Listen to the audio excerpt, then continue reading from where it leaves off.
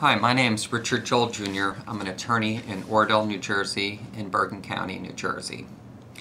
I'm going to provide a short overview of the home buying process in New Jersey with you. The review that I'm going to provide pertains primarily to the northern New Jersey process of home buying. When you look for a house, usually you'll be with the realtor, and once you find a house that you like, you'll provide a bid. Usually the realtor will prepare a contract, fill in the terms with the purchase price and other pertinent terms on the contract. You're going to sign it and then provide it to the realtor, and then the realtor will provide it to the seller. If your bid is accepted, the contract will be signed and returned to you. At that point, when you receive that signed contract back, you have an attorney review period commencing. You have 3 days to consult an attorney, and you could either just agree to the contract, do nothing, and be bound by the contract as written, or you can reject the contract, wherein you provide additional terms, or just say, hey, I'm not going through with the contract. In the normal situation, usually there'll be a rider prepared, which is an addendum to the contract, which provides additional terms. So there'll be an attorney letter indicating that the contract's rejected as written and that it would be acceptable provided the additional terms set forth in the rider are agreed to. This is sent to the other party. The other party will be represented by an attorney, and it'll be reviewed, and then you'll receive feedback from the other party. The other party could either agree to all the additional terms that were provided or reject all the additional terms, or somewhere in between, just indicate some terms are acceptable and some are not. Eventually, the parties will come to a consensus of what additional terms will be agreed to, and then they'll sign off on the rider. At that point, you will have a firm contract. After you have a firm contract, you should schedule your home inspections and have the property inspected. And this is provided that you have home inspection provisions in the contract, which you should.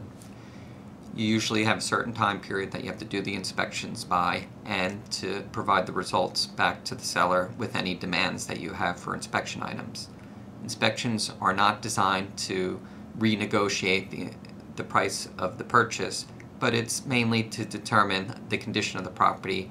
Usually a buyer is a layperson and does not have specialized knowledge in purchasing property or of the condition of the property.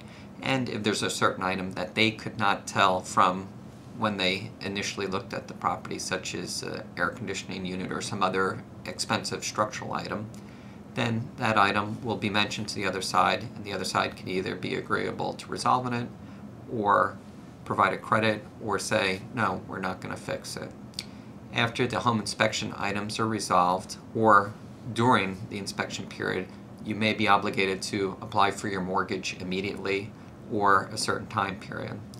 You'll provide your mortgage company with an application and a copy of the contract and any modifications. And usually the mortgage company will keep asking you for certain information they need in reviewing your matter and making a determination if they're going to issue a mortgage commitment. Most contracts do have a mortgage contingency that you have to obtain a mortgage commitment by a date certain, and if you don't, either party may cancel the contract, or you might have it where you waive it, but you should make sure that it's a situation where you can cancel at that point in period.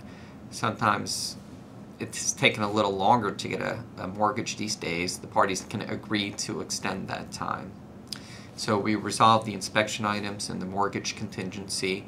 At that point, when you get a mortgage commitment, you will order your title work. Title work is when a search is performed on the property to determine the status of the title. The title company will review all the deeds, mortgages, and any other filings with respect to the property. They'll also run judgment searches to see if there are any judgment liens attached to the property. And in other circumstances, there might be wetlands or tidelands or other situations, or maybe there's a foreclosure that affected the property. So it's very important to have title work ordered on a property. Some people say, hey, I don't need title work. Well, you do, because it's one of the biggest purchases that you're going to make in your lifetime when you're purchasing property. Also, your bank's going to require it, so you really don't have any say in the matter. Again, you should order title work to make sure you're buying property that is not affected by liens, because if you buy $1 million property and there's $900,000 in liens, it's really not worth $1 million. Again, so it's important to order title work. Also, you will order a survey, or the bank will require a survey, and this is important because it'll map out exactly what are the boundary lines for the property. Some people might be under the mistaken notion of what the exact dimensions of the property. So this sets what the property lines are for it.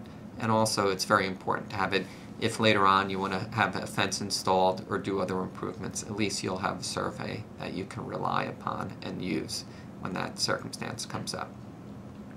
After you've satisfied all your lender's conditions and all the conditions of the title company, you can schedule a closing date.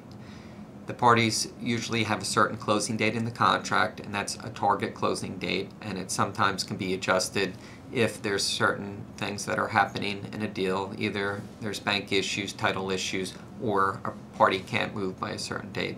But usually you strive to reach that target closing date. You schedule the closing date. There'll be title rundowns ordered. It'll be cleared with the bank that you can close on that date. We will receive certain documentations from the bank with certain bank figures. We'll prepare what's known as a HUD-1 closing statement. We'll indicate what funds you have to bring to closing and in what form. It usually will be a bank check that's deposited into our trust account. And on the day of the closing, we will execute all the documents for the lender, and that's the mortgage closing that you will do. And then you'll be able to obtain your mortgage. So those mortgage funds will come into our trust account, and once you're finished with the mortgage closing, then you will have the title closing. We will make disbursements from our trust account to pay off any liens that are on the property and any other vendors that are to be paid, and then provide a net check to the seller.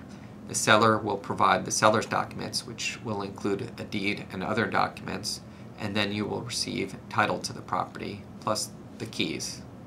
After the closing, there are certain things to be taken care of, such as recording the deed and the mortgage, sending the packages to the bank with the bank documents, providing certain documents to the title company, and eventually obtaining the issuance of the owner's and title insurance policies for the property. The title insurance is for every property. It's ensuring your right to that property free of liens. After that's all done, everything is completed with respect to the transaction.